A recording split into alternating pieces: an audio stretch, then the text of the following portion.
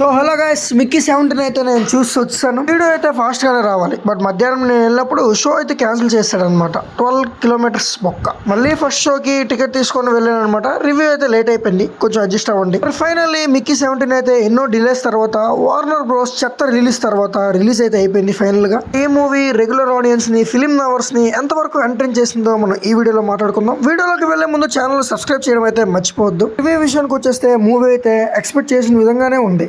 It was perfect. It was perfect. Perfect. Everything. మీరు కానీ movie చూడాలనుకుంటే యాక్షన్ అయితే అస్సలు ఎక్స్పెక్ట్ చేయొద్దు, ఎందుకంటే ఇది drama and character driven film అనమాట. కి అనేవారు ఎవరు, వాళ్ళు ఎందుకు డబుల్ అయ్యారు, డబుల్ అయిన తర్వాత వాళ్ళు ఫేస్ చేసిన ప్రాబ్లమ్స్ ఏంటి, ఒకరి వల్ల ఇంకొకరు ఫేస్ చేసిన ప్రాబ్లమ్స్ ఏంటి, ఇలాంటివన్నీ మీరు మూవీ చూసి తెలుసుకోవాలి. మూవీలో ఇలాంటివన్నీ బాగానే ప్రజెంట్ చేశారు, బట్ కంప్లీట్ డ్రామా వైపు అయితే వెళ్ళిపోయింది. యాక్షన్ అయితే కంప్లీట్ గా తక్కువ. ఒకవేళ మీరు కానీ నార్మల్ ఆడియన్స్ లా యాక్షన్ లవర్స్ అయి ఉండి యాక్షన్ ఎక్స్పెక్ట్ చేసి అయితే ఖచ్చితంగా అస్సలు వెళ్ళొద్దు ఫిల్మ్ కి. ఓవర్ 15 మినిట్స్ డ్రామానే మేము ఖచ్చితంగా చూడగలం.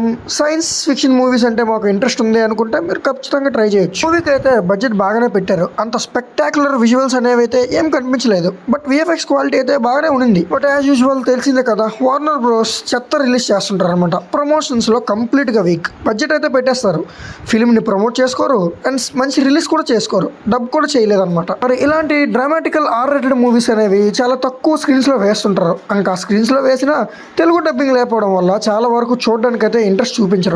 కాబట్టి ఈ రోజులాగే ఎప్పటిలాగానే షోస్ అయితే క్యాన్సిల్ అవుతున్నాయి అనమాట. రాబర్ట్ పాటిన్సన్ గారి పర్ఫార్మెన్స్ విషయానికి వచ్చేస్తే he delivered good. Oscar level అని చెప్పలేం, కానీ డిఫరెంట్ వేరియంట్స్ తో డిఫరెంట్ ఎమోషన్స్ అయితే బాగానే పండించారని చెప్పాలి. బట్ ఇప్పుడు ట్రెండ్ అవుతున్న కొత్త ప్రాబ్లం ఏంటంటే ప్రింట్స్ అయితే లీక్ అయిపోతున్నాయి గైస్. ఎస్, ఈ రోజే మిక్కీ 17 కూడా లీక్ అయితే అయిపోయింది. అది బ్రో, మేము థియేటర్లో చూడాలనుకుంటున్నాం. థియేటర్లో ఎక్స్పీరియన్స్ చేయొచ్చా అంటే ఖచ్చితంగా ఎక్స్పీరియన్స్ చేయొచ్చు. ముందే చెప్తున్నాను, యాక్షన్ గురించి అయితే ఖచ్చితంగా మూవీకి అయితే వెళ్ళొద్దు. యాక్షన్ లవర్స్ కానీ యాక్షన్ మీద బాగా ఇంట్రెస్ట్ ఉండి చూడాలనుకుంటే ఫిల్మ్ అయితే అవాయిడ్ చేసేయండి. కంప్లీట్ డ్రామా ఫిల్మ్ అనమాట. It is scientifical drama story. Characters అయితే బాగానే ప్రజెంట్ చేశారు, బట్ ఇంకొంచెం ఎక్స్ప్లోర్ చేసి ఉండాల్సింది. వాటి గురించి, వాళ్ళు ఉంటున్న గ్యాలక్సీ గురించి, వాటన్నిటి గురించి ఇంకొంచెం డీప్ గా ఎక్స్ప్లెయిన్ చేసి ఉంటే బాగుండేది. ఎప్పుడు మిక్కీ షూట్ జరుగుతుంది స్టోరీ. బట్ ఓవరాల్ గా మూవీ వన్ టైం ఖచ్చితంగా వాచబులే. ఫైనల్లీ ఈ మూవీకి మనం ఇస్తున్న రేటింగ్ 7/10. వన్ టైం డెఫినెట్లీ వాచబులే. అండ్ ఎక్కువ ఫన్ కూడా ఎక్స్పెక్ట్ చేయొద్దు. నేనైతే ఎక్కువ ఫన్ ఉంటుందని ఎక్స్పెక్ట్ చేశాను, బట్ ఫన్ అయితే కొంచెం తక్కువగానే ఉంది. అక్కడక్కడ డౌన్ అయిన ఫీల్ అయితే ఖచ్చితంగా